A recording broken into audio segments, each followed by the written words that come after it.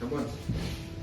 Saya Joko Santoso mohon maaf atas tindakan saya kepada petugas kepolisian yang terjadi pada penyekatan atau justisi di Jalan Cepogo Selo.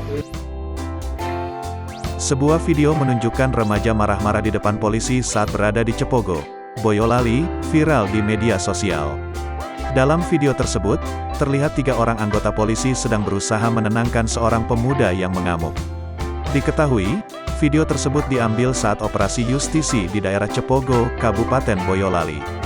Informasi yang berhasil dihimpun tribunsolo.com, peristiwa itu terjadi ketika polisi melakukan razia penyekatan kendaraan.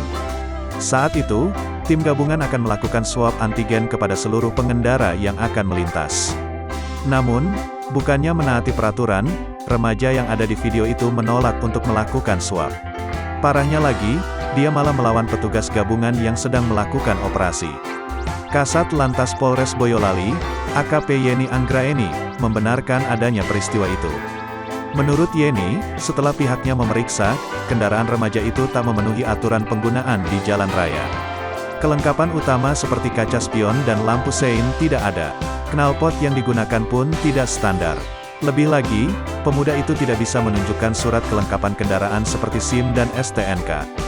Yeni mengatakan, pihaknya kemudian membawa remaja itu ke kantor polisi. Kita amankan karena saat itu melawan tim gabungan yang sedang bertugas, kata dia.